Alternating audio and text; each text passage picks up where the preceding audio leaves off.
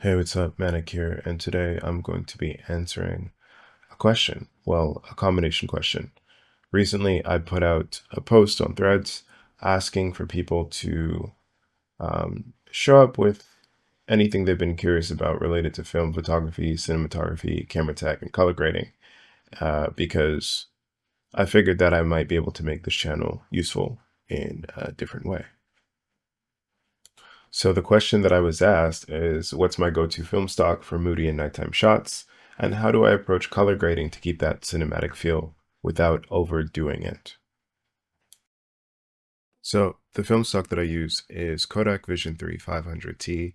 I've made a video about this before, and I can link that as well in the description for this one. But I use that stock because it's the most versatile for me. Um, you can shoot in daytime. I use an 85B filter for that, rating it at 320 during the day, and at night or indoors at 500 without the filter.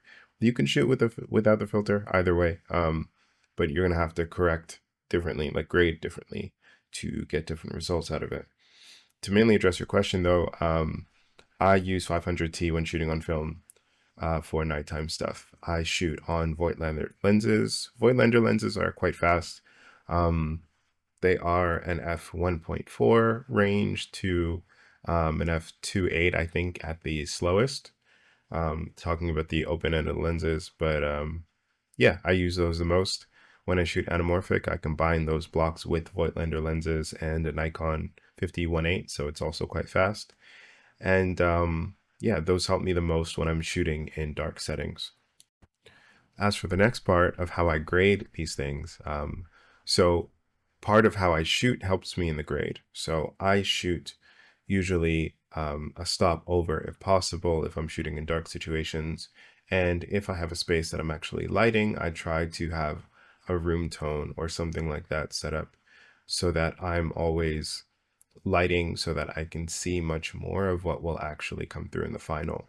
I've made 1D looks and LUTs that help out for this, where they have, um, they pull down ones, so you're naturally overexposing your image and getting things right, so you're protecting the negative uh, for post.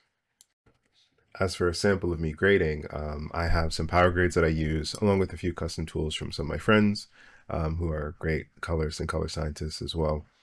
And these tools and these power grades allow you to work effectively and kind of build out your presets. So the main thing, skipping all of the presets and stuff, is you need to know what you're looking for and why you're shooting the way that you are. So I typically go about it as I want the most flexibility in post, but I also want to hit the mark as close as possible so that I don't need to do much at all in post, right? So that includes things like um, understanding how many stops I'm going to bring the image down in post and shooting above that so I can protect the negative.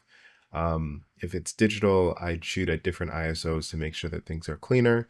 So sometimes instead of rating my camera at 800 for a base, I'd bring it down to maybe 500 or lower in dark settings so that I have a cleaner negative.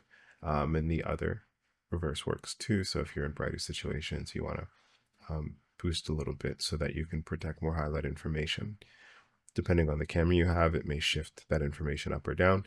I can also throw a chart in, but every camera has its own chart, I think. So you should be okay with that side of things. And beyond shooting for the grade, the other bit is deciding if you'd like to compress everything to create a more soft feel, because sometimes uh, a lower contrast, like a selective curve, a lower contrast is interesting and it creates a certain vibe. Other times it may be literally just lifting the shadows up a bit. There are some tools that do this. Sometimes there are curves. You can do this manually. There's lots of different ways to do it, but it's all to taste because it's art, and art is about, communicating something and how you feel. Um, so yeah, I think that that's kind of the gist of it. It's that I shoot on 500T because it's versatile. For moody shots, I protect the negative. And oh, and I focus on the lighting ratios because a big part of this thing is making sure that the way that the light and dark relate to each other is deliberate. So sometimes you may have more contrast.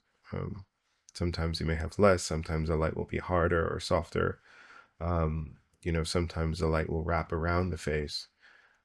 Those types of things are all useful in creating mood and atmosphere. And um, a big part of this too is what you point the camera at in general, right? So, like, a camera is a tool. You're the one who curates the experience using the tool, and the things that you point the camera at can be interesting, right? The more interesting stuff you point your camera at, the better time you'll have.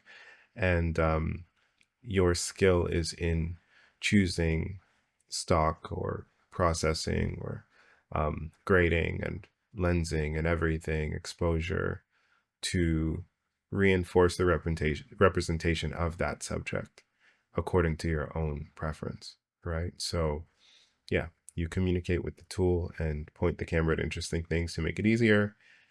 And for mood and atmosphere, the best thing to do in truth is to get references that you like, figure out what they do, take notes alongside them, and then um, do your best to run tests and things like that. I may just make an entire video on that, but yeah, that's kind of how I go about it.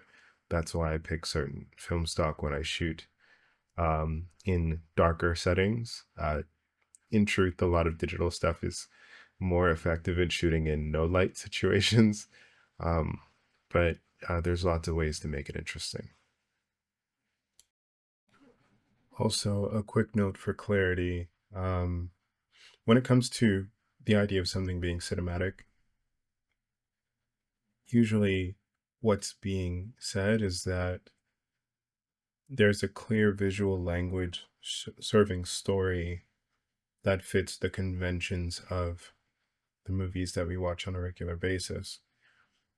If you look to your favorite films, you'll see that they're handled a certain way.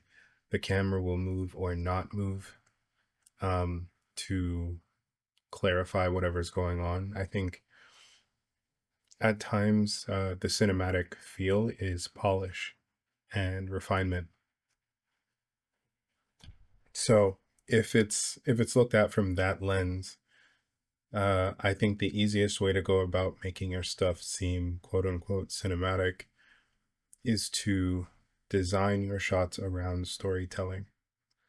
When you start positioning your camera in a way to communicate a point of view, so the story is being told about a specific character going through something, and you pick your angles and your focal length and your lighting direction to reinforce that idea, your stuff tends to inherently become cinematic. Other aspects of this that are common are like keeping important information within range. Of course, things can clip, but there's a general range that we look for um, when we take in movies. And the other part is like brightness. I think if you're actually to sit in a theater and understand how dim the screen is by comparison to, like, the maximums, like standing outside in the sun, um, you'll start to see that things are actually darker than you think. They're more compressed than you think. Um, a great way to do this is to drop stuff into Resolve and see where the scopes hit, like to really assess where your favorite films are landing and what scene white would be, like the peak brightness value within a scene, um, and the darkest point in a scene. See what they are. Like, run side by sides, take your own images, put them up, and check them in the software to see what's going on. And over you can just kind of A/B test it and take notes on the gap, and then do more to incorporate elements of what you see in your favorite images and the movies that you watch. I think that that's the quickest way to get there. Um, in my case, I started off as an artist and animator, so I was composing shots and planning them in the context of storyboarding, and things like that.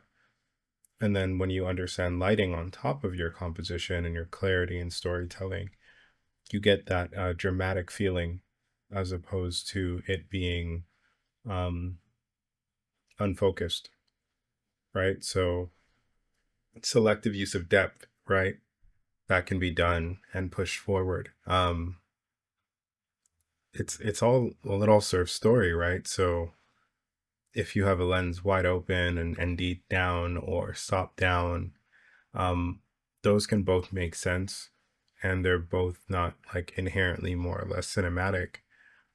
It's just that different things serve different purposes in story, and I think that marriage of a perspective, um, like anchored on a character or characters and what they're going through, locations and shot selection to reinforce those ideas, to add some visual style on top of clarity, and then lighting direction, pushing that and reinforcing those aspects, those together become the cinematic image. And then, if you're to stylize your colors or push things or, mess with texture and things like that, that's all custom. And I think that's for you to figure out, right? Like your style is going to be your style.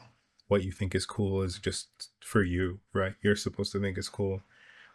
And that's kind of it, right? Like, yeah, so go out with an intent, like say something, and then use all of the technical stuff to reinforce what you're trying to say. And scour the earth for that. Like, it doesn't have to be common cinematic language. There isn't only one way to do it, right? So yeah, make it yours. And that's it for this video. Take it easy. Have a good one. Hope this helps. Peace.